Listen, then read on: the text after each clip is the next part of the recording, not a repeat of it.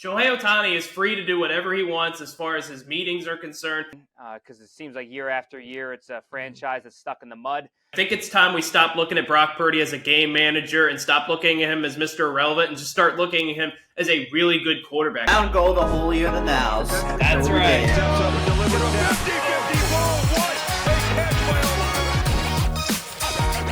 Reports that he is on his way to the Milwaukee Bucks. He's not getting his happy ending this time. Okay, today is Thursday, December 7th. Awesome show today. Got Scott Abraham on from 7 ABC in Washington, D.C. Going to break down the Commanders.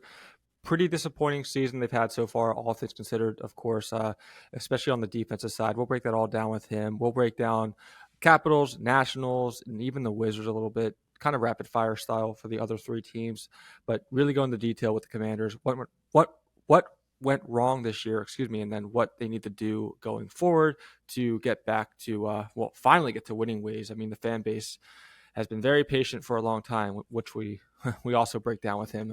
Awesome interview. Going to also talk all things college football today, guys. Already talked about the playoff rankings that happened on Sunday. That we talked about that already, but we'll break down the championship weekend we just had, as well as give some predictions into some of the bowl games coming up and break down the bowl games that will be coming up as well in about starting in about like 2 weeks here. First, though, we have to start with Thursday Night Football. Do we? Unfortunately, I have to start with Thursday Night Football. Yes, probably will be the worst game of the. It could be the worst game of the season. It could be the worst primetime game of the season for sure. Point total 31.5, lowest total of the season. It would be the lowest total for a game since 2008 and tie the mark for the lowest total set for a primetime game since at least 2000.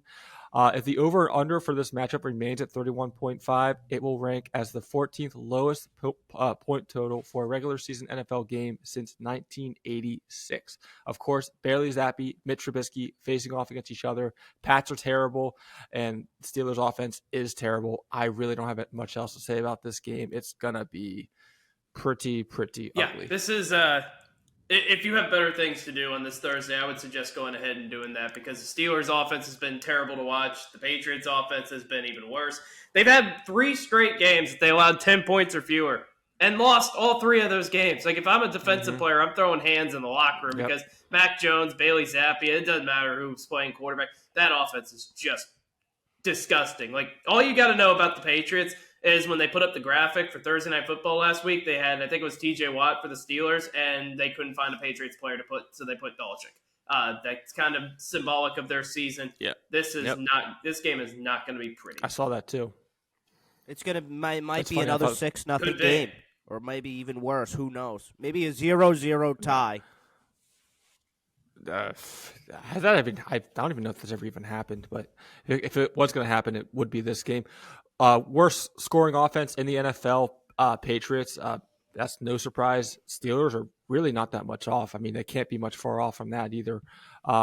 They've been gaining some yardage since firing Matt Canada, but just really still can't score. That's my only other takeaway about the Steelers. I mean, ever since firing Matt Canada, a couple weeks ago, they have been gaining more yardage, but it hasn't been really showing on the scoreboard. And the injury to Kenny Pickett obviously does not help as well. If I was a Steeler fan, I want to get your guys' takes on this. I mean, if I was a Steeler fan, I would be excited to see Mitch Trubisky at least give us something different, at least I don't know spark if excited on and Mitch Trubisky belong in the same sentence. I mean, we've seen Mitch Trubisky last year. He started over Kenny Pickett, and there's a reason Kenny Pickett became the starter is because Mitch Trubisky didn't really go out and get the job done. I see what you're saying because, I mean, the Kenny Pickett experiment has not been good. Let's face it. Jake Browning has more 300-yard passing games than Kenny Pickett, and Jake Browning started 3 games. So kind of tells you all you need to know about Kenny Pickett's NFL career to this point. I don't know. Also, I'm not sure that it matters who's playing quarterback for this Steelers team because their offensive line issues are prevalent. The running game's been inconsistent at best, and George Pickens and Deontay Johnson are very good receivers, but with that offensive line, it's hard for anybody to be good. Yeah, it's going to be a lot of running the ball. Running the ball will be plenty on this game for sure. Going to be ugly. Let's move on to college football, guys. Championship weekend. awesome championship weekend, all things considered. Yeah. We'll start with Oregon, Washington.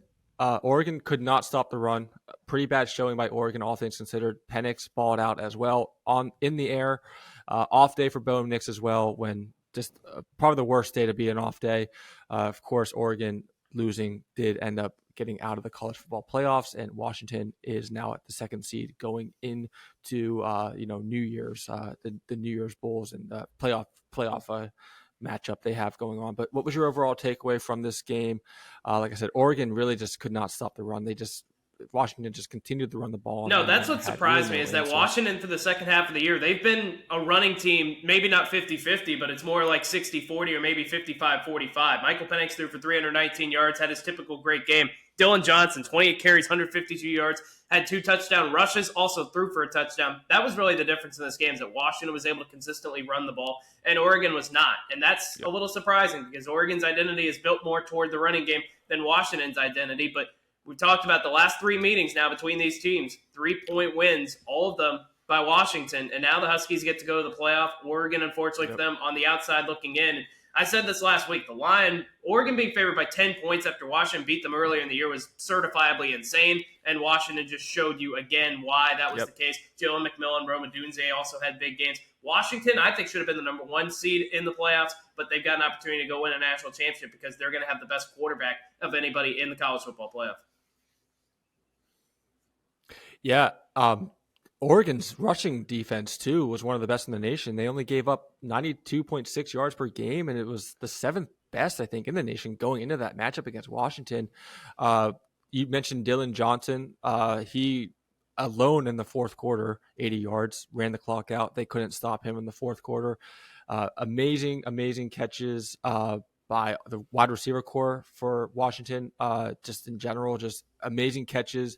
Penix throwing really tight balls, firing on all cylinders, all things considered, and just awesome pass, just a pass game in general for Washington. Penix threw for 319 yards, 1 touchdown, 27 of 39, and only 1 interception.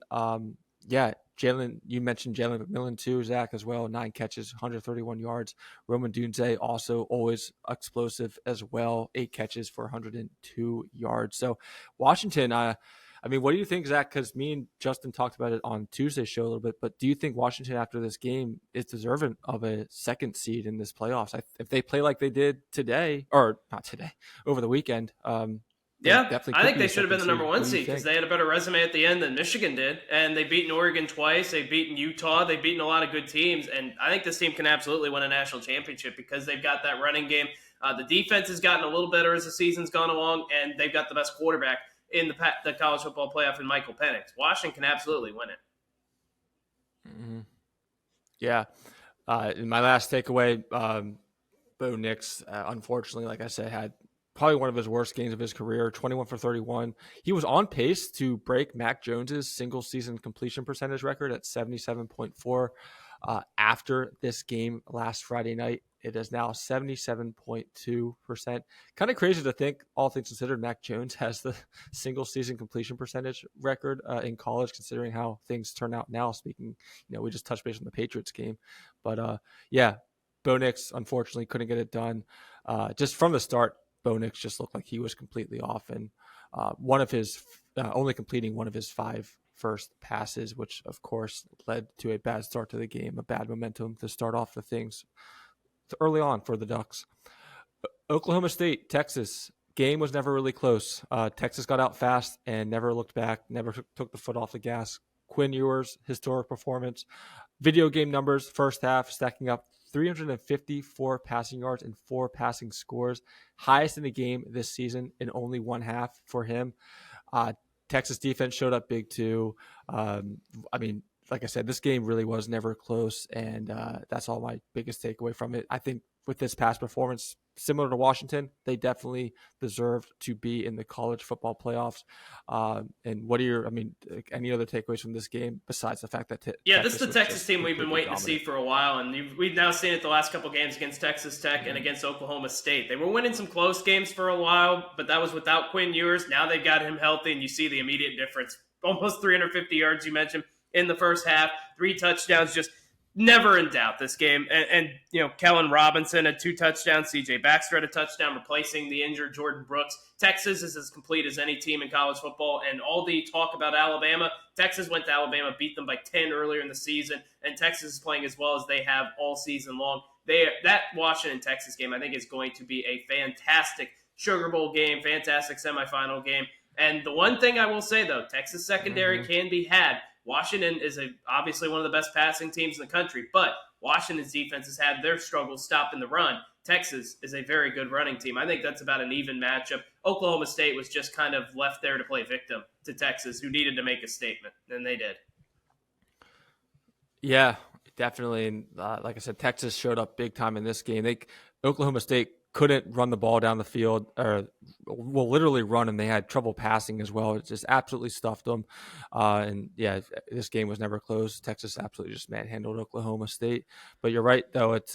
Their secondary for Texas is their weaker part of their defense, and we all saw and know how Washington can pass the ball. We saw it Friday night, and we've been seeing it all season long with Michael Penix at the front there. So, it's going to be an awesome, awesome matchup between Washington and Texas coming up. Florida State, Louisville. Florida State won against Louisville, of course, but biggest storyline is really Florida State being left out of the playoffs despite this win and despite going undefeated. And it just kind of continues to show ACC is not going to respect, or the playoff committee is not going to respect the ACC. I mean, I don't really know how much else I have to say about this, Zach. I'm sure you have some thoughts on this game, and really, we didn't get your thoughts on FSU being out of the playoffs, especially. We talked about it on air the last couple of days. I think it's an absolute travesty that Florida State got left out, because the one thing that's not subjective is the one-loss record. They have a scoreboard on Saturdays, and the team that has more points on that scoreboard gets awarded a victory. And Florida State did that 13 out of 13 times this year. And I don't care if it's with Jordan Travis. I don't care if it's with the third-string quarterback. They were able to win games in a multitude of ways. They won their last couple games because of their defense. They won with their running game, and the quarterback did just enough. Whatever happened to, we always like to use this refrain too, complete football team. Florida State has showed they're a complete football team without Jordan Travis, and they don't get rewarded for that. I think it's insane.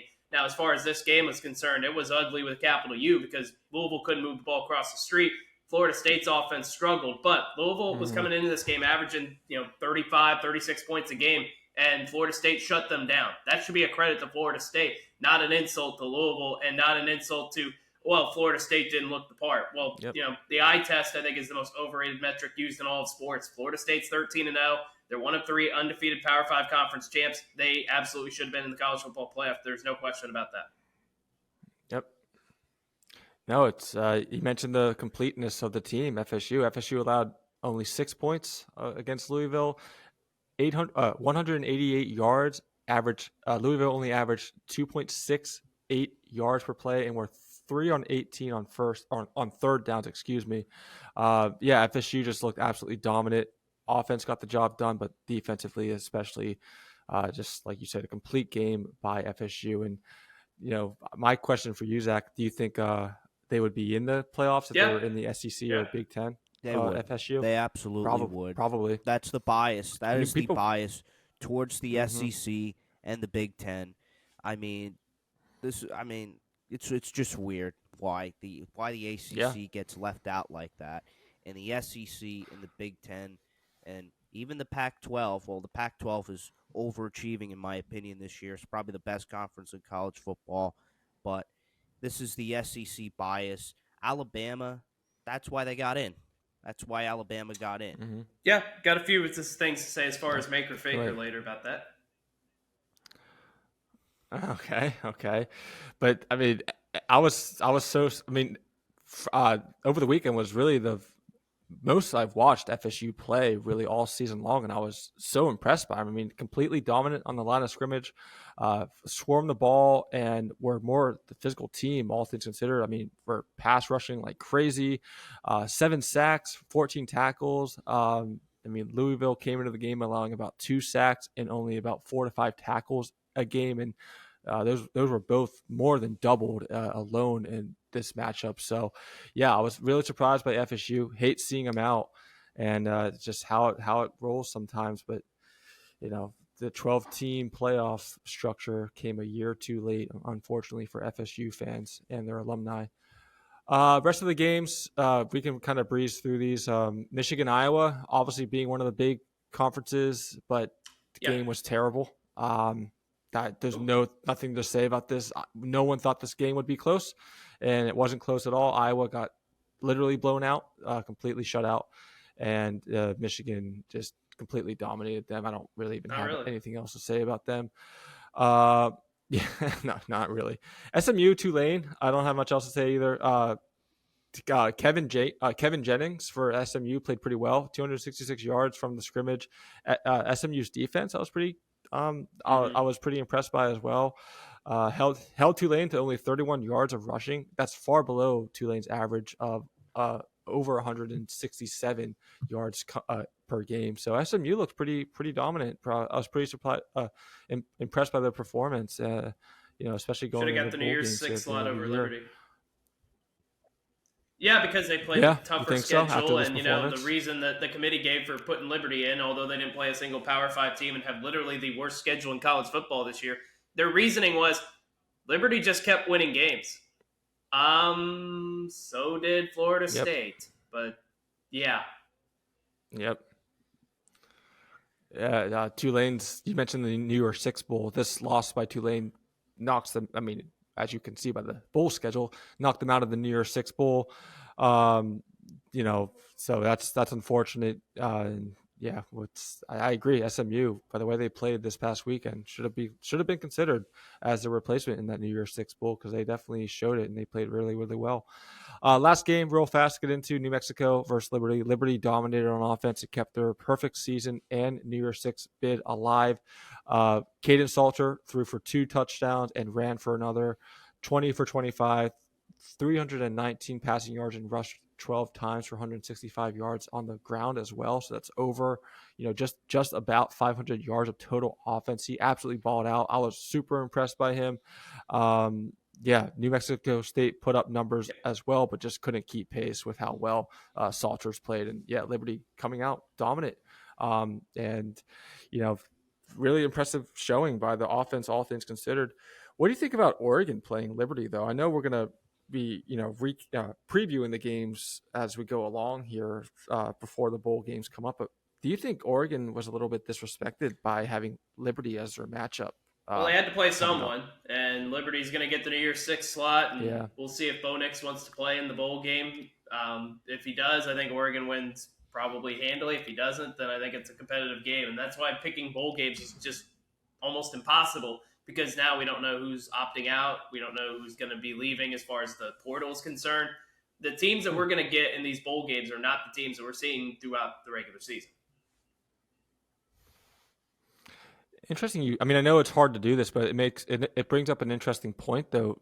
And again, I don't know how this would work. I don't know how time-wise if this would even be possible for teams to do, but it almost would be interesting to see if teams had to have their finalized rosters put out prior to the bowl games being made. I know that would be really, really hard to do for obvious reasons, but it'd be cool if we could have a system where the players that will play and the players that won't play were known before the bowl games and the bowl matchups were made, so that we could make better matchups, because that's a big problem with the bowl games are these players going to the draft sitting out, and like you said, Zach, the teams that we saw all year are not the teams that we're going to see at the in December here. So it would be a cool thing to see. It's going to be super hard to implement. Never will happen, but something to something to ponder. That would be make better matchups for bowl games, all things considered. Speaking of the bowl games, though, we'll preview the bigger bowl games, New Year's Six, and then of course Rose Sugar Bowl. We'll preview all that a little bit later in a later episode. But I did kind of want to touch base on the other bowl games that. All the other bowl games that are scheduled to happen at the end of the year here. We'll kind of do it in the same way we always do it, guys. We'll do closest game, most intriguing storyline, upset alert, shootouts, snoozers. We'll do that for all the games, like I said, that are not part of that New Year's Six or Sugar Rose Bowl, the playoffs. We'll start with you, Zach. Out of the other, all the other bowl games going on, what is a game that you can see being a pretty I really close like the matchup? Arizona-Oklahoma Alamo Bowl. I think you look at Arizona, Mm-hmm. the story of the year in the Pac-12 potentially, as far as the surprise team with Noah Fafita. Jen Fish has done a great job out there. And they're actually 3-point favorites over an Oklahoma team that just lost Dylan Gabriel, but that's a team that could have very easily been in the New Year's Six. Well, finished number 12. We'll see how Oklahoma responds to not having Dylan Gabriel. We'll see how the backup quarterback looks, but that's a team that went 10-2, finished the regular season strong, and you get the Big 12 and the Pac-12 involved in a closed indoor stadium. I think you're going to see a lot of points. I'm going to go with NC State, Kansas State. NC State has been underrated this entire year, in my opinion. Brendan Armstrong playing his best football, played awesome against UNC last week. Kansas State will be without their starting quarterback, Will Howard. He entered the transfer portal. KSU, pretty much balanced overall, though. Very, very balanced team. They enter the postseason as one of the 11 Power 5 teams ranked inside the top 30 in scoring offense and scoring defense. Of course, scoring about 38 points a game and only allowing 21 points per game. So pretty balanced team overall. And I think they're going to go up against an NC State team that has been flying under the radar. So this is going to be a close game. Expect a lot of points. And it's going to come down to the wire, in my opinion. Justin, what is a game you can see being close coming up here in 2 weeks? About 2 weeks. Cotton Bowl being close between Ohio State and Missouri. Missouri, they're flying under the radar this year as the 9th-ranked team. Obviously going up against Ohio State, which is the 7th-ranked team. Only lost one game to Michigan this year. But this is going to be a very close game, in my opinion. Okay. Most intriguing storyline. Zach, what do you have as a most intriguing Most intriguing storyline outside the New Year's Six. I'm going to go a little off the map here. I'm going to go with Rutgers and Miami up at the Pinstripe Bowl. Do you think anybody from Miami wants to play in freezing cold New York against a New Jersey team? Last time Miami went there, they lost 35-3 against Wisconsin. They were having heaters on the sideline, and they looked like they were in Antarctica rather than New York. And now they get to go back up there and play a Rutgers team that showed some strides this year. They've got a good running game. Greg Schiano's the one man on this planet that can actually coach Rutgers to somewhat of success. And I think the Scarlet Knights have a real chance to pull an upset against a Miami team that, they lost Tyler Van Dyke to the portal. And you really think they're going to be motivated to play that? I doubt it. Yeah, true. My most intriguing storyline is USC's offense without Caleb Williams. He's not playing. He's not going to play in the Holiday Bowl against Louisville. Caleb Williams, he threw for just under 3,600 yards over 3,600 yards, 30 touchdowns. During USC's disappointing 7-5 season. Williams out. With Williams out, sophomore backup Miller Moss is expected to handle the starting quarterback duties during the Holiday Bowl. I just want to see how he can do. In the 3 seasons at USC, Moss has thrown for 542 yards and 3 touchdowns, but of course, super limited appearances. I want to see how the offense looks without without Caleb Williams under center at USC, and if their defense can do enough to stop Louisville and ultimately get the win. But we'll just kind of see what happens. Justin, what is your most intriguing storyline coming up out of the bowl games? Well, my most intriguing storyline is Florida State if they're going to boycott the Orange Bowl. I don't think they will. I don't think they're going to. Yeah. But I think it's going to be an intriguing game. Both teams almost in the top 4 with the college football playoffs. Obviously, if Georgia didn't win Florida State, obviously we've gotten into that. But for Florida State and Georgia, I think this is going to be a very good game. Very intriguing game. Yeah, for sure.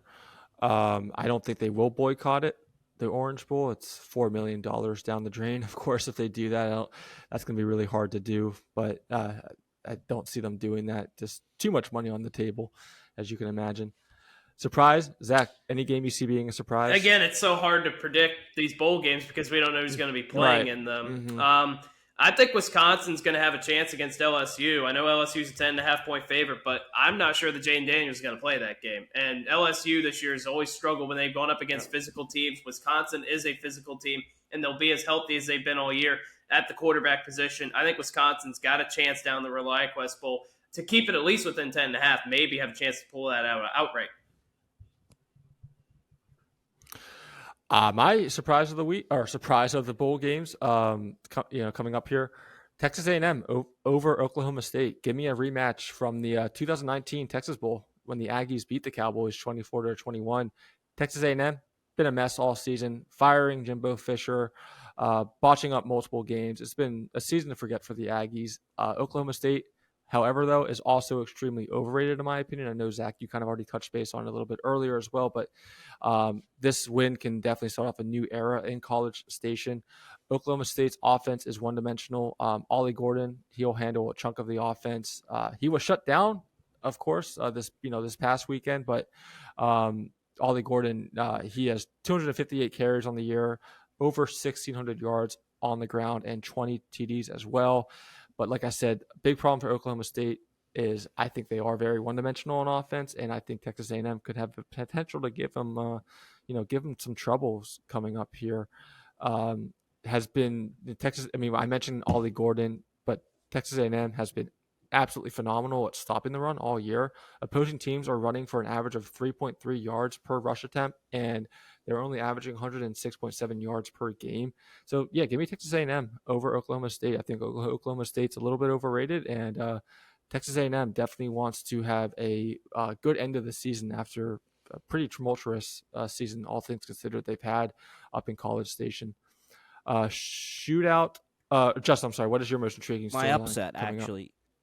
Upset, yes. I'm actually going to go with Kentucky over Clemson. Clemson, a little bit overrated here. They're coming in at 22 ranked. I'm not sure they're a 22nd ranked team. Kentucky, flying under the radar this year. I think they can beat Clemson. All right. Sorry. Shootout. What's my rule involving shootout shootouts typically? Take whatever game USC is involved in, and they're playing Louisville. And I think Louisville's offense, the ultimate cure, is going to be USC's defense. I think Jack Plummer, Jabari Thrash, Jawar Jordan. Again, this is all contingent on who's playing in the game. But I don't know if it matters because Louisville's offense is going to unleash their frustrations after getting dominated by Florida State. USC's defense can't stop a nosebleed. I think this is going to be the shootout because I don't know who USC's quarterback's going to be, but Lincoln Riley, the one thing I do trust about him is that he will have his quarterback ready to go and they will put up points. So I'm going Louisville, USC. Yeah, Riley this past week added that he expects Moss to fully be in the mix for USC's starting job next season. Of course, Moss being that sophomore backup Miller Moss that I was talking about earlier. He is expected to play in lieu of Caleb Williams.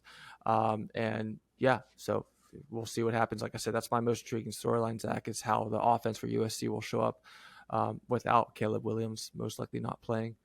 My shootout of the week, or shootout coming up in these bowl games, Arizona, Oklahoma. I know we've already touched based on Arizona and Oklahoma already. Noah Fafita could potentially have been a sleeper for Heisman if he played the whole year. 2,500 yards on the season, 23 touchdowns with only 5 interceptions, 6th best QBR in the FBS at 85.8. 6-2 since becoming the starter at Arizona.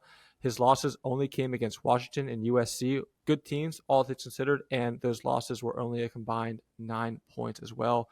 He's an awesome decision maker. You watch him play; he's great in the pocket, great at making last-minute decisions and overall smart decisions too. He goes along with that talented group of receivers as well in McMillan and Cowing at his disposal. Oklahoma can light up the scoreboard as well, though. I mean, Dylan Gabriel, we saw what he's done in multiple games this year. He does not need an introduction. He's been amazing with his receivers. Drake Stoops, Nick Anderson, serious threats. Dylan Gabriel is transferring and unlikely to play in the bowl game, but does not mean that their offense is still very, very elite. And OU's defense hasn't been playing elite as of late either. They're going to allow Arizona to light up the scoreboard as well, kind of like I already mentioned.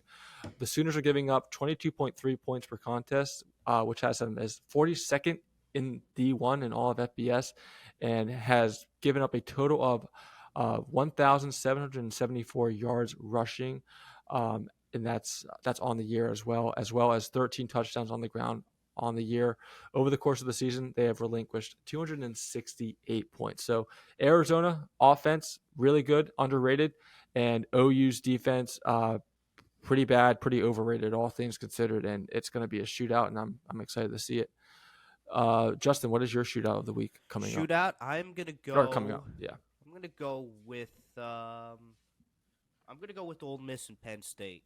I think Penn State is going to be in a shootout here, and I expect Ole Miss to win this game. Penn State just can't beat the top teams. They can't win the big bowl games. I'll go with Ole Miss here in the shootout versus Penn State. Yeah. All right. Zach, snoozer. Any bowl game upcoming involving bowl 2 games? 6 and 6 What do you teams. see? Like there's way too many of them to begin with. There's Yeah. 84 bowl games. That's too many. But again, snoozer. Typically, go with Iowa. They're playing Tennessee. Tennessee's overrated. What's the point of this game? It's going to be another low-scoring, ugly game.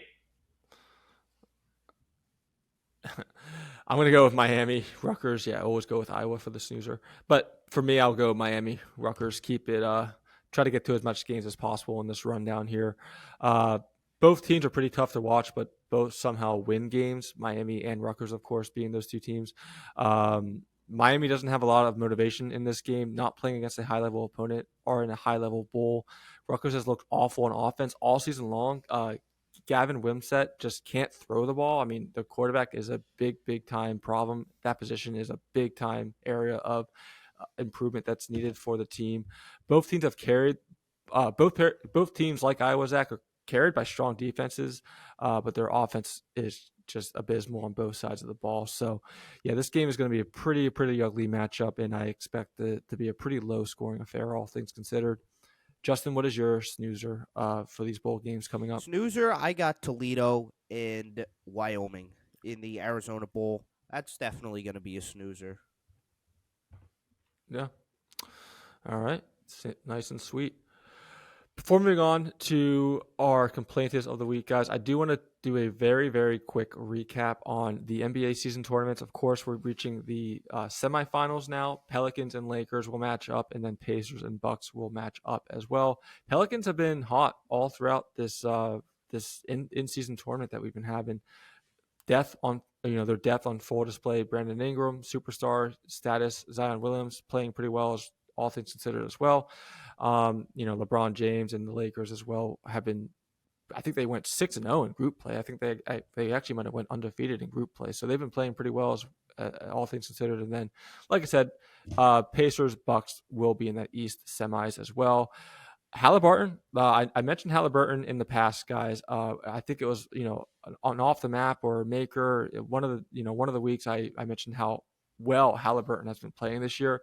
23 years old, averaging 28 points, 13.4 rebounds, 13.4 rebounds, 5.2 rebounds over 5 of those in-season tournament games, while he's shooting 50.5% from the field and 46.4% from the three-point range.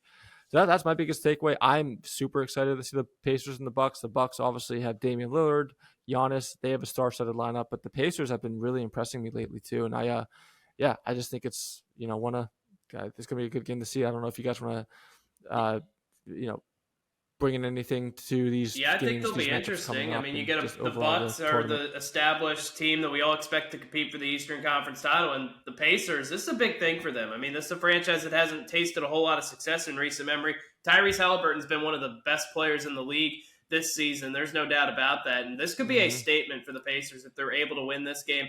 And as far as the Lakers and Pelicans are concerned, I like what I'm seeing out of the Lakers. A strong start to the season for them. Of course, we all know what they can be with the healthy LeBron and with the healthy Anthony Davis. We saw it toward the end of the regular season and the postseason last year.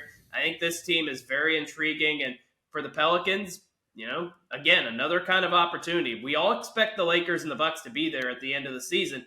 We don't necessarily expect the Pacers and the Pelicans to be there. So this is an opportunity for them to kind of arrive on the national stage. Yeah, nothing can stop LeBron too. 31 points, 11 rebounds, and 8 assists in a win against Phoenix, of course, that led them into the semifinal matchup. He's making a career high 62.6% on his 2-point shot, field goals, and averaging his most points per shot attempt since he left the Heat.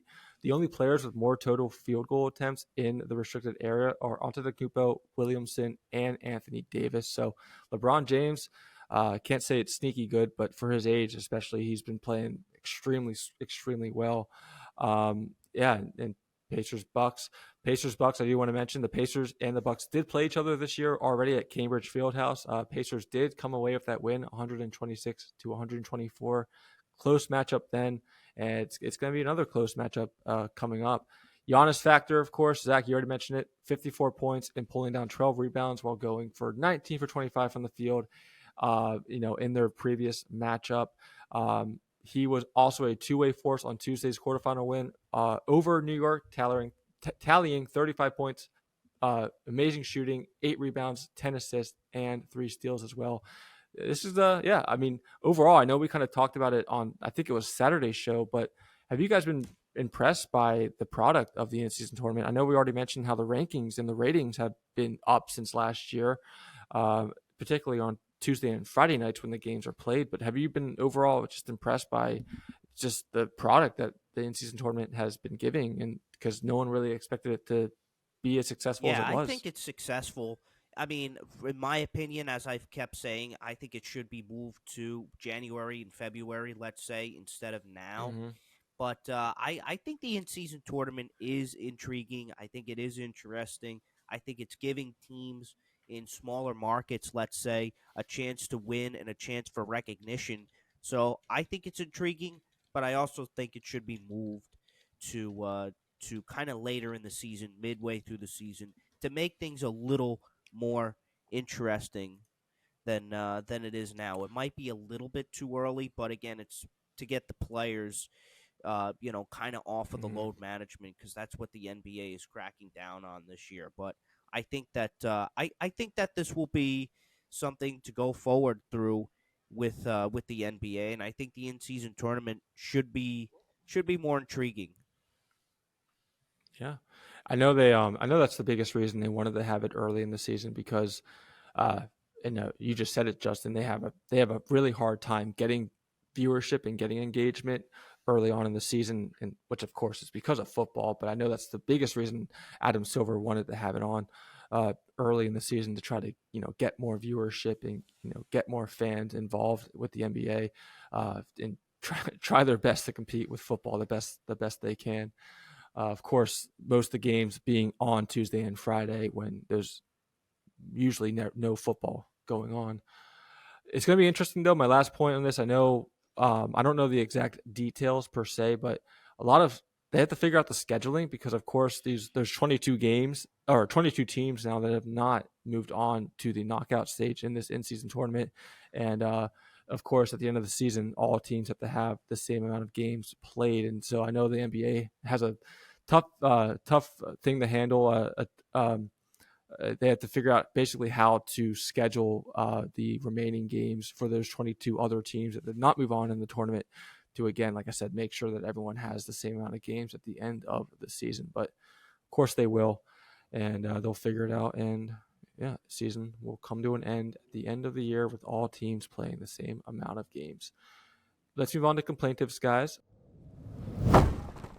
Zach, start off with you. What is your complaintive? Well, I'm not just going to stick to the playoff committee. I'm going to go to baseball, and I'm going to go to Buster Olney saying Shohei Ohtani's secretive free agency is a missed opportunity for him in Major League Baseball. Why?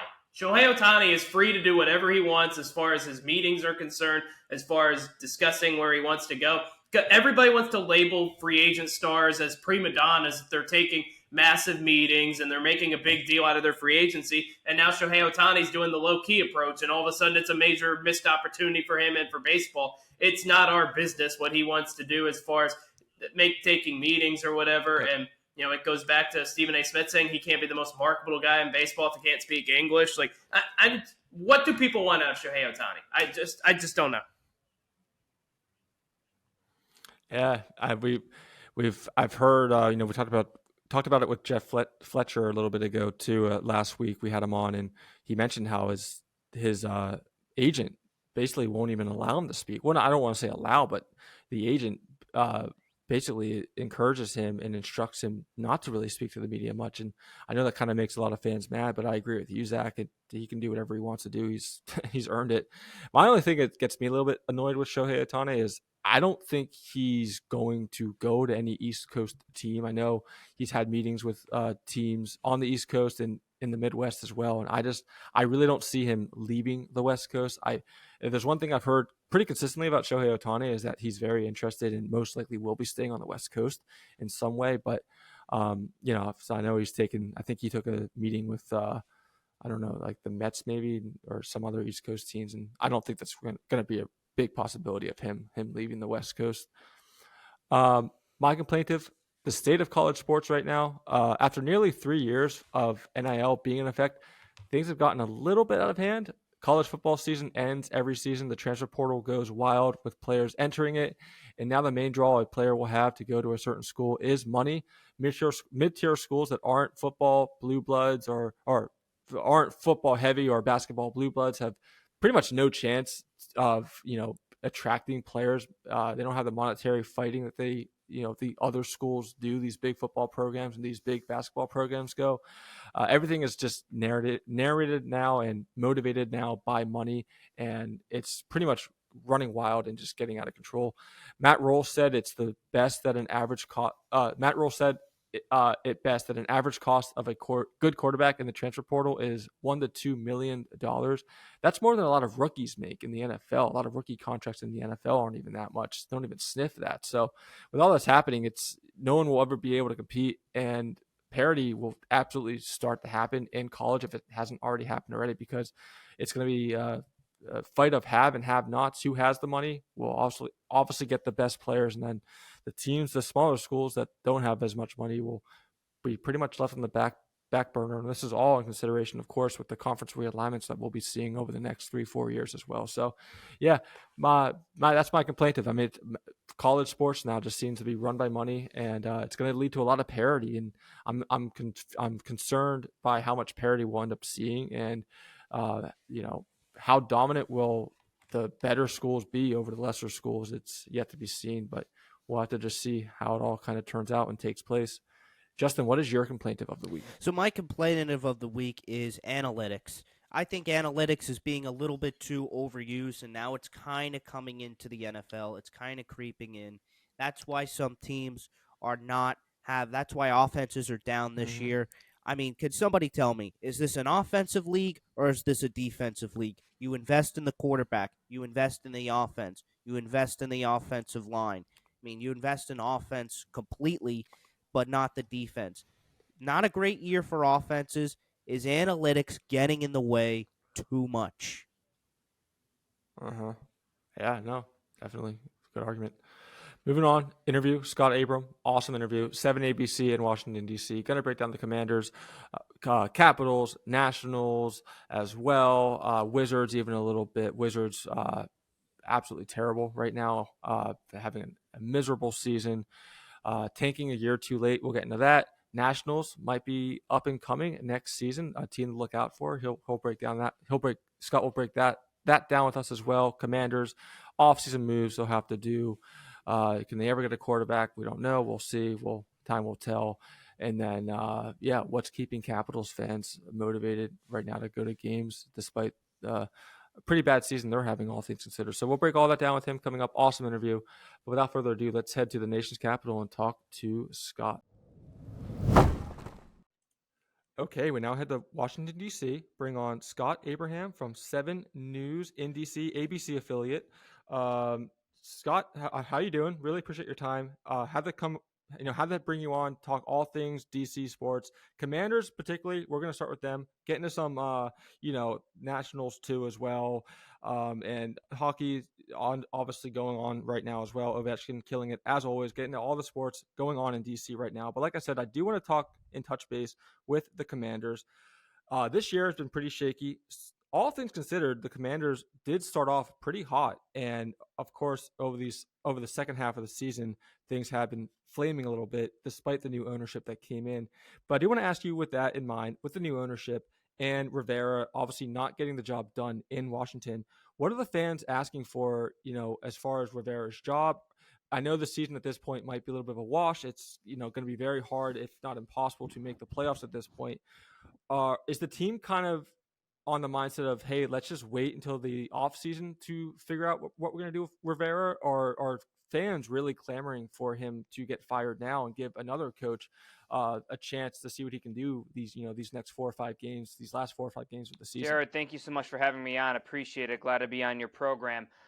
In terms of where the fans are at right now, there's just a lot of frustration. This is year number 4 for Ron Rivera in Washington, and it hasn't gone well for Rivera in Washington. Aside from that 2020 campaign where they finished 7-9 and somehow miraculously won the division, hosted a playoff game, not a lot of success. Unfortunately, he's probably going to be gone at the end of the season, and that's what the fans want. They want some change. They want some new blood, a new direction, and it'll be up to the ownership group of Josh Harrison Company to figure out what they're going to do in terms of probably hiring a new GM. That GM will probably hire the coach and so on. So I think it's going to be a big house cleaning after the season. They got 4 games left on the schedule. They're on the bye week right now, and they're just kind of playing out the string here where they're at the Rams, at the Jets, home against the Niners, home against the Cowboys. Not a lot of expectations. They're probably going to finish with a top 5 draft pick. So in terms of enticing a new GM or a new head coach to come to Washington to lead this franchise, having a lot of salary cap space, having a top 5 pick in the NFL draft, and a lot of extra draft picks will be enticing for somebody to take over this franchise. Let's talk about the draft pick coming up, though. I mean, I've been hearing a lot of different things about Sam Howell. Some people say he's the guy. Some people say he's not the guy. What do you think they end up doing with, as you mentioned, this most likely will be a top 5 draft pick? Yeah, it's a great question, Jared, because that was one of the big question marks coming into the season is, what's Sam Howell going to be like? Is he going to be that guy? Is he going to be that franchise quarterback? I think the jury's still out. I think he's in the conversation at least to be the starter for 2024. It's been a mixed bag for Sam Howell. The good, the bad, the ugly. He's shown glimpses of that. Hey, he can really sling it when he gets outside the pocket. He can make something happen. But then there's other times where he's the most sacked quarterback in the NFL. He throws a lot of interceptions, turnovers, pick sixes, head-scratching decisions. But that's all to be expected with a young quarterback. So he's in the conversation. I'll say this is, if Washington is in position to get a quarterback, a Drake May, a Bo Nix, Caleb Williams, you got to look into the future. And if one of those guys will be there in that top 5 range, you might have to have some serious discussions in that draft room if you're going to bring in another quarterback, because I think for the most part, people are not sold just yet on Sam Howell after 1 year. What would be what else would they get in the draft? What would be the top priority in the draft if it wasn't a quarterback? I mentioned that Sam Howell's the most sacked quarterback in the National Football League. So you look at the offensive line. The offensive line has been a nightmare at times for Washington, and Howell just doesn't have enough time to throw the football. Sometimes that's on Howell for holding on to the football too long. Other times it's on the offensive line. So they have to definitely upgrade the offensive line somewhere in the draft. The defense has been a big disappointment. They were expected to be a top 10 defense, and it's been just another nightmare. They traded away Chase Young, Montez Sweat. Linebacking play has been not great. Secondary hasn't been great. So they're going to have to put in some pieces in that defense to get that improved. They fired Jack Del Rio, the defensive coordinator, after that Thanksgiving Day massacre in Dallas. So a lot of pieces they have to kind of implement into this roster. They've missed on a lot of draft picks during this Ron Rivera era. They've missed on free agent signings during this Ron Rivera era. So they're going to have to play catch up, because in terms of talent discrepancy, you look at that game against the Miami Dolphins, you look at that game against Dallas, mismatched, blown off the field, and just the gap of talent was alarming. Yeah, definitely. And I want to go back to Jack Del Rio in reference to Rivera. I mean, what were people surprised that he was the one that was fired and not Rivera? Because I know a lot of people. I mean, as we already alluded to at the beginning of this interview, a lot of people were wanting Rivera fired and not necessarily Jack Yeah, Del you could Rio. say Jack was a scapegoat or Band-Aid in a sense. What fans did want, they wanted some flesh. They wanted some blood. They wanted a change, and that was Jack Del Rio. They're going to get their flesh and blood in full at the end of the season when Josh Harris is probably going to clean house. They're just fed up with all the losses and the inconsistencies, and the defense has been, as I mentioned, the biggest disappointment because coming into the season, the big question marks were on offense. How was Sam Howell going to perform? How was this offense going to look? Not the defense per se, because they had a lot of draft capital on that defensive line. Jonathan Allen, Deron Payne, Chase Young, Montez Sweat. That was supposed to be the calling card, the strength of the team. And is it on the coaching for having too much of a complex scheme? Was it on coaching not putting the players in position to succeed? Or was it simply the players not performing up to their capabilities? There had to have been a fall guy. Jack Del Rio was that fall guy. How I mean, I'm sure the fan base has just been very pleased by the change of ownership, though, so far. I mean, I know that it's only been 1 year, maybe not even so much 1 year yet, but just tell me overall, just the hype the fans have been having with this new ownership, considering the fact that the prior ownership, of course, was not very well liked, as many people would know. So, have fans really been seeing anything so far from this new ownership yet? I mean, as someone that covers the team, have you been seeing any positive headway from this new ownership yet, or is it really just kind of too early to tell? Are they just getting their feet wet right now? Yeah, Josh Harris took over in July, and there was initial pop, right? Excitement, optimism, a new era in Washington, and then the reality kind of hit again where, oh no, they suck again, or they're struggling again, where the losses keep piling up, and the honeymoon period is over for Josh Harris and company. Now they want to see change. Now they want to see a head coach, a new front office, and pointing this team in the right direction. Josh has been much more visible than Dan Snyder in the community and engaging with the fan base, which is always a positive. He's put in a lot of money into FedEx Field, one of the oldest stadiums in the NFL. They're going to get a new stadium down the line, but in order to Band-Aid it in a sense, they had to put some money into it, put some improvements into it, new sound system, new video boards, give the fan a better experience at FedEx Field. So Josh Harris and company has done that by sinking in an 8-figure investment into FedEx Field. So, anything is better than Dan Snyder in the fans' eyes, because unfortunately the team was in the headlines for all the wrong reasons when Dan Snyder was the owner. And right now with Josh Harris, you don't have those off-the-field distractions, which is certainly helpful to the players and the coaching staff where they can just focus on the product on the field. Any new headway on maybe what the name could be next year? I know there's a lot of talk about them going away from the Commanders into something else. And has there been any more news, any more headway on what that might potentially? Yeah, Josh Harris has been very vocal, saying that's not on his priority list right now. So the name's going to stay for the time being. It's definitely not going to go back to the old name, what they were called, the Washington Redskins. So for now, it's going to be the Washington Commanders. I think the priority number one is to get the on-the-field product going in the right direction. So figuring out the front office, the coaching staff. And then the other big layer is the stadium, trying to get a new stadium where that's going to be, and getting the funding and getting the backing from politicians and all that red tape. So there's a lot of different priorities ahead of figuring out the name and the branding for Josh Harris. So for now, the Commander's name is going to stay.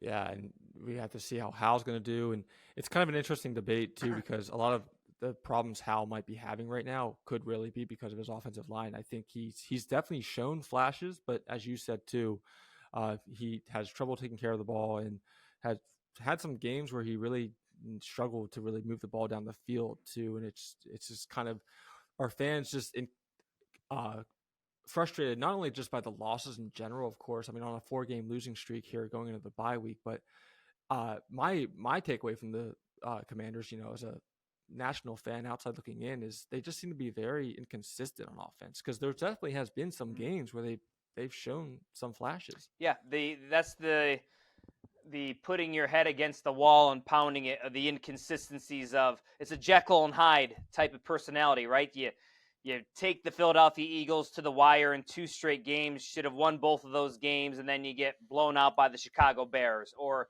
you get blown out by the Miami Dolphins, or you lose twice to the New York Giants. It's just like this team, you can't figure them out. And offensive coordinator Eric Bieniemy sometimes feels like he still has Patrick Mahomes and Travis Kelce on the offense, that like he did in Kansas City, and that's not the case. And sometimes he gets too pass happy, and that's a frustration where you kind of go away from the running game too quickly, or you forget about the running game, and you got to get Brian Robinson Jr. involved or Antonio Gibson more involved instead of dropping Sam Howell back 40 times a game.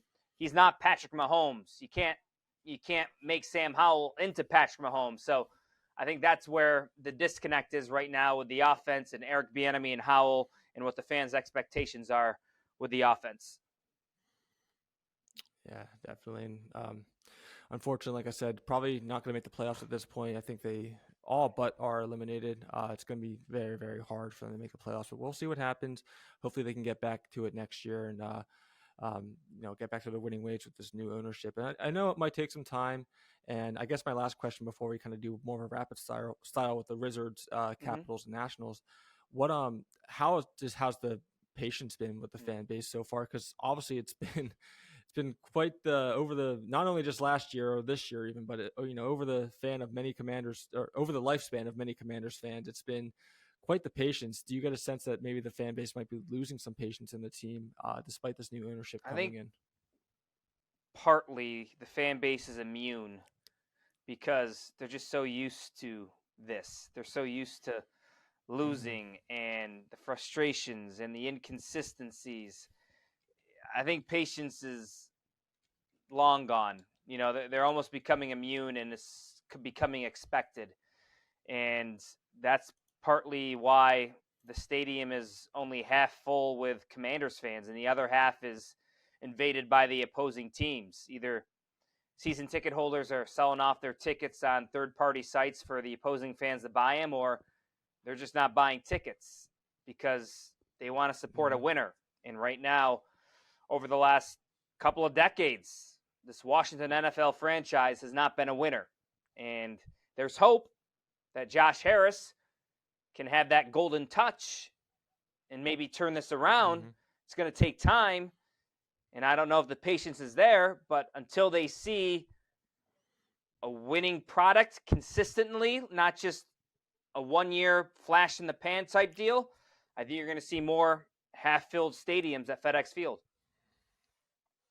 Yeah, I mean, even the quarterback play alone, right? Just they can never seem to get a quarterback that can be that guy, that can be that consistent presence. I mean, I'm sure you have some stat in mind, but like, how many quarterbacks have they gone through over these last 15, 20 years? It's been there's some crazy number. I think it's in the 20s, maybe. Yeah. I mean, there's one fan that actually has a jersey with all the different names of the quarterbacks that they've gone through since like the Mark Rippon days when they won their last Super Bowl. Jeez.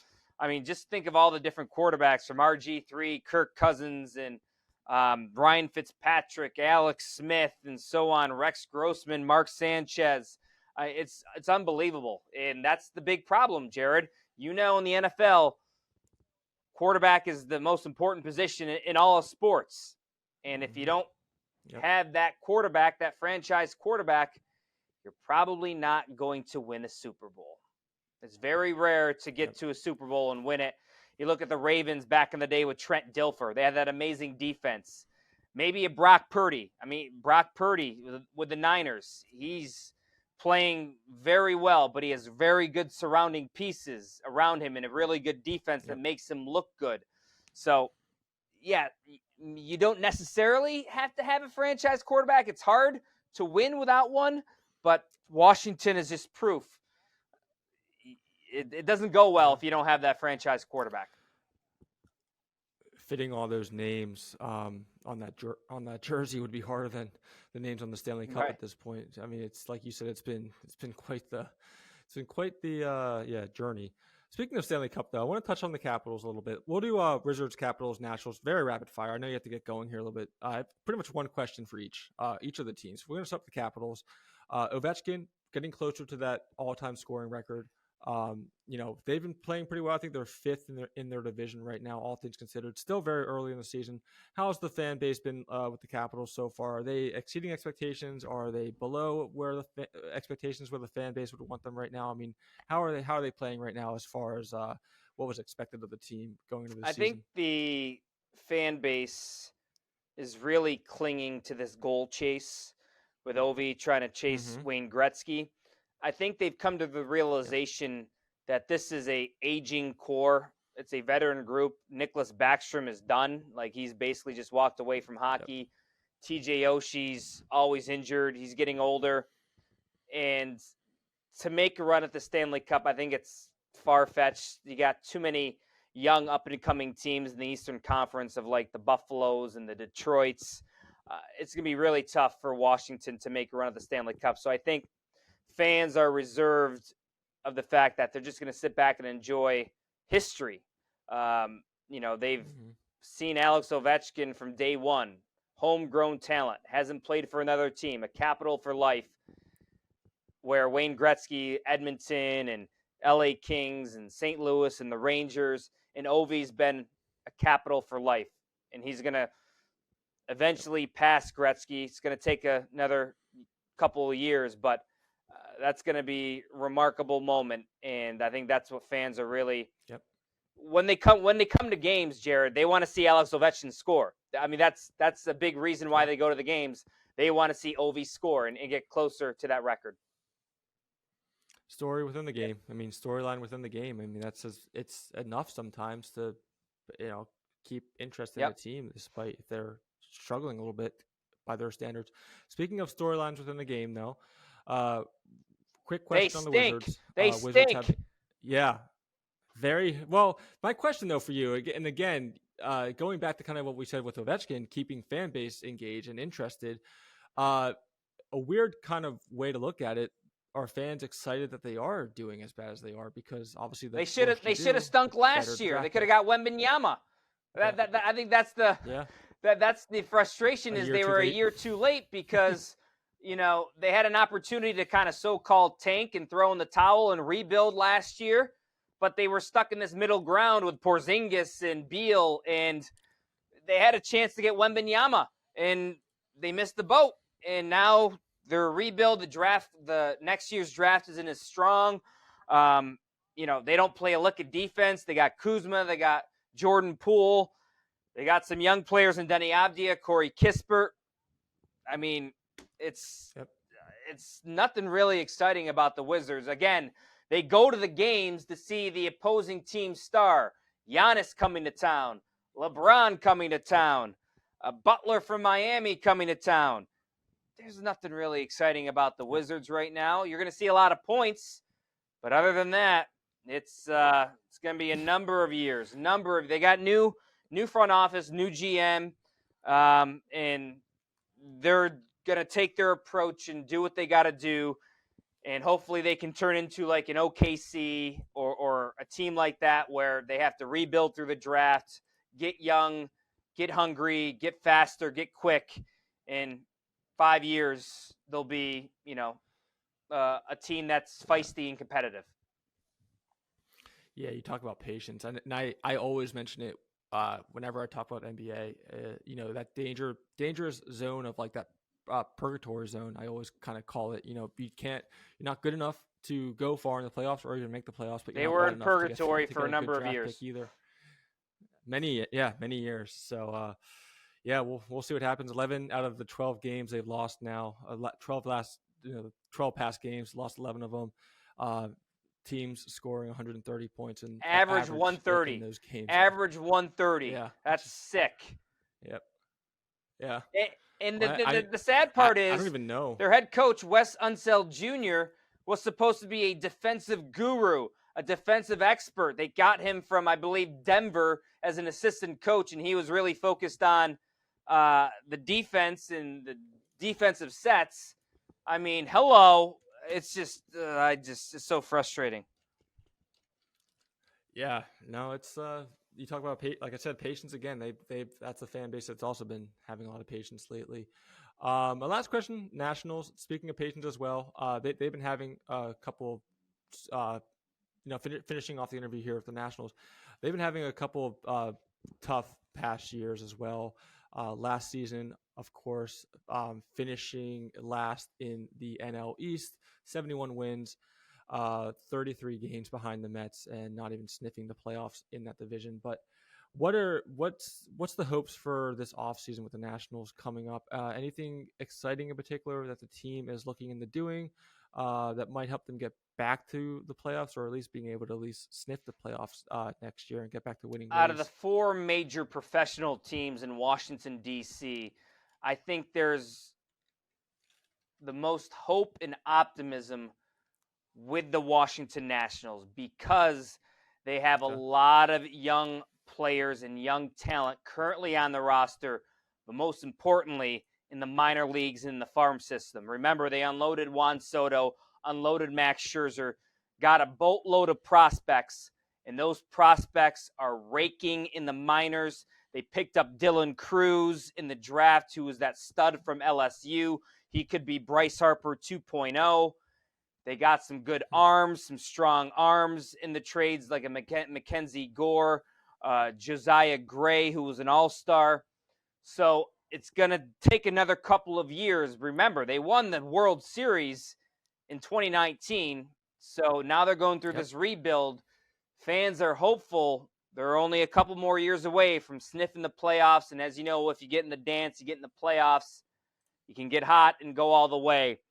Pitching is always the greatest equalizer in the playoffs. I'd love to see them get some more arms, a veteran starter in free agency, get themselves a corner outfielder in free agency.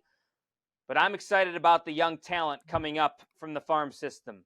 Keep your eye on the Nationals because they got the guys like a James Wood, a Dylan Cruz that are going to be household names in Major League Baseball. Were fans upset when they didn't keep the momentum from winning the World Series back in 2019? Because it's amazing. Well, how it's so weird fast because it remember slump COVID off. hit, right, Jared? So they won in 2019 and then that's COVID right. hit, and they never really got their celebration. They never got their true basking in all of it, and that 2020 year was just a freaking bust. And after that, it was kind of like dynamite match, and boom, everything kind of got blown up. And yeah, it was sad in a way that you couldn't really bask in the championship glory. And there was some frustrating years, 2021, 2022. But this past year, I think fans saw the promise and how this team was scratching and clawing and really made a good run in August. A bunch of young players, and they're holding on to the fact that they see the farm system and see what's on the horizon. Maybe they're going to have a young Steven Strasburg 2.0 rise up from the minor leagues and be in the majors. Maybe they're going to have a young Bryce Harper 2.0 rise up from the minors and get in the majors. That's where the hope and the optimism comes from. Yeah, it's a good point you make, though, about you somehow amazingly forget about it, but COVID, they won the World Series in that weird year in 2020 happened. I think they only played 60-some games that year or something. It was, and it was such a weird season and bad timing for the Nationals, all things considered, like you said. So, but I'm rooting for them. Hopefully we can see them make the playoffs this year. Hopefully the young talent that they have in the farm system comes up. They can show out and get this team back to winning ways. So we'll have to see. And like you said, might be a team that we have to look out for this year, despite being in the same division as the Mets, Braves, Phillies, and Marlins, tough who have division. all been pretty. Yeah, probably the best division you could maybe argue in baseball right now, especially with the Mets spending the money that they're spending. Well, Scott, this has been awesome. I really appreciate your time. I know you have to get going here, but we'll definitely be in touch and would love to have you on again in the future. Hopefully hopefully we see brighter days soon down the line for Washington sports. Great, Jared. Thank you so much. Keep up the good work. All right, let's finish up the show with our makers and fakers of the week. Justin, what is your maker? My maker of the week is Alabama, knocking off the top-ranked team in the country in Georgia in the SEC title game. Alabama, there is debate whether they should be in the college football playoff or not, but that is a signature win against Georgia, and Georgia will not be in the college football playoff as the number 1 seed. My maker, I'm going to go with Patrick Beverly. Against the Celtics last Friday, the Sixers were without their 2 top scorers, Maxey and Embiid. This meant they needed someone to step up, and that happened to be Patrick Beverly. He rose to the occasion. 26 points, 8 rebounds, 7 assists for Philadelphia, which ultimately led them to a 116 to 115 before giving up the next 8 points. In his previous outings, he only amassed 12 points, but with a greater opportunity in their top scorers out, Beverly let the ball fly, shooting 60% from the 3-point line. Got hot, outside the arc. Got hot early and never really looked back. The veteran guard hadn't scored more than 6 points before this week, but he scored in double digits for his past 3 straight games, while making 8 of his 11 total 3-pointers on the year during that stretch as well. So good for Pat Bev stepping up for the Sixers, especially when it matters most. With Embiid being out and Maxey as well. So would love to see him get some more production for the Sixers, step up more, because Sixers right now are one of the top teams in the East so far early in the season, and they're going to need as much help as they can once playoff comes around, and as much people stepping up for them to have any chance to get over the juggernauts of the Celtics and the Bucks.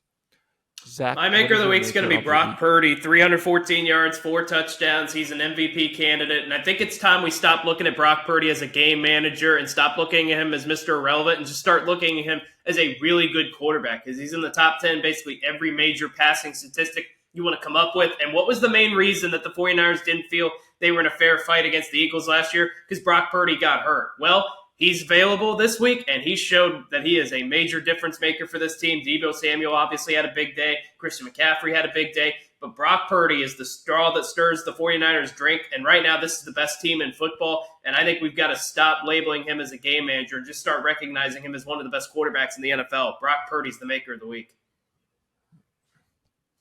Yeah, I mean, you talk about a faker even in general, or just the Eagles this past weekend, but we talked about that at length on Tuesday, me and you, Justin. But yeah, just Brock Purdy, it's not a fluke anymore, that's for sure. The narrative has gone down though. I really haven't been hearing the narrative, which no surprise the way he's been playing, how well he's been playing, but the narrative of him, being a systems quarterback and wouldn't really be successful anywhere else. I mean, it was rampant early in the season, but now the 49ers are rolling the way they are, and he's playing the best ball. I think he has the highest QBR in the league, and probably a lot of other highs of the league too. So no, definitely not a fluke anymore. Not a systems quarterback. He's just a general good quarterback. Faker of the week, Justin. What is your faker of the week for me is the committee for the college football playoff selection, leaving off undefeated Florida State. I mean, what a hard committee to please here. 13-0, and you don't make it into the college football playoffs. Come on already. This is why going to 12 teams next year, as I've kept saying, is the right move. My faker of the week, Michigan State basketball. I don't know what happened prior to the season. Michigan State was a favorite for not only the Big Ten crown, but maybe the NCAA title as well. From a coaching perspective, it doesn't really seem like Izzo knows what he wants this team to be. All of his players have been so streaky and just been very inconsistent and had inconsistent stretches of late. Izzo looks hesitant to build the offense around Tyson Walker. Instead, the offense looks like it, is just goes between motions, outside spot up shooting, and just classic elbow curls. I mean, very confusing offense. I don't know what they're really doing. Izzo doesn't really seem to know what direction he wants to go in with this offense. None of these are working. I mean, nothing he's doing on offense is working. No one's hitting shots. I mean, they're at like one of the lowest shooting percentage teams in the league. Izzo just keeps cycling through them, cycling through his players, hoping things might work differently. But with losses to JMU, Duke, Arizona, Wisconsin, they are sliding down the Big Ten rankings and sliding down fast, let alone the national rankings. Duke, Arizona, and Wisconsin are solid ranked teams, but the Spartans were projected to be a top 4 team, and they have not lived to those expectations at all. So they have to figure out things fast. I know on Tuesday's show I mentioned Duke having to kind of step things up as well. But Michigan State is up there too. Team with high expectations and just have not been living to those expectations so far this year.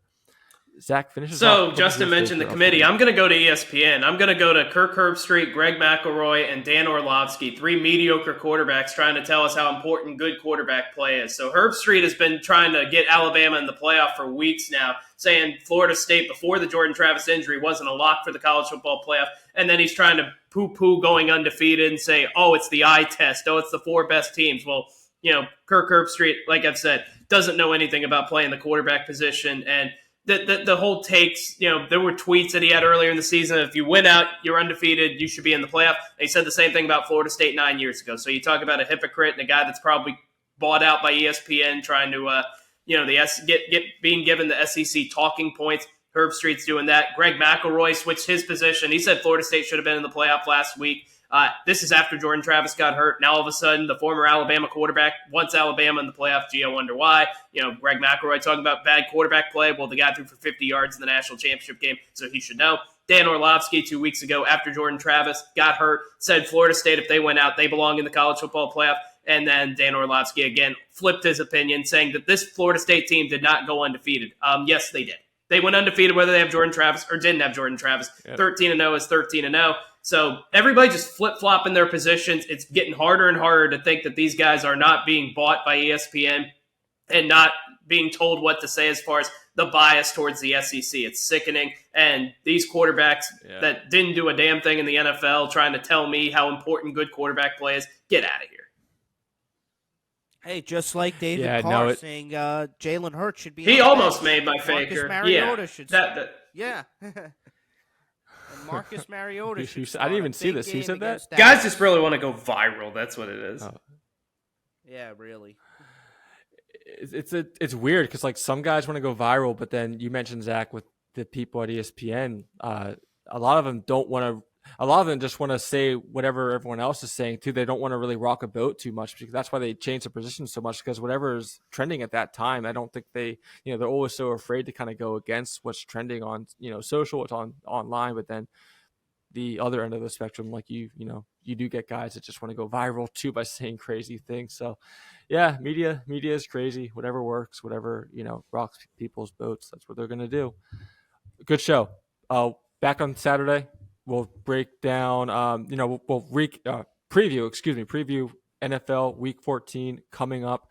A lot to get into, some good games coming up, good matchups, especially as, we head down the stretch of the NFL season here. Only like 4 or 5 games to go for all the teams. And, it's, a lot of playoff races coming into contention, already in contention, and a lot to break down as far as a lot of big games for playoff implications coming up this weekend. So, we'll do it all then, but until then, without further ado, keep on traveling, and we will see you on Saturday.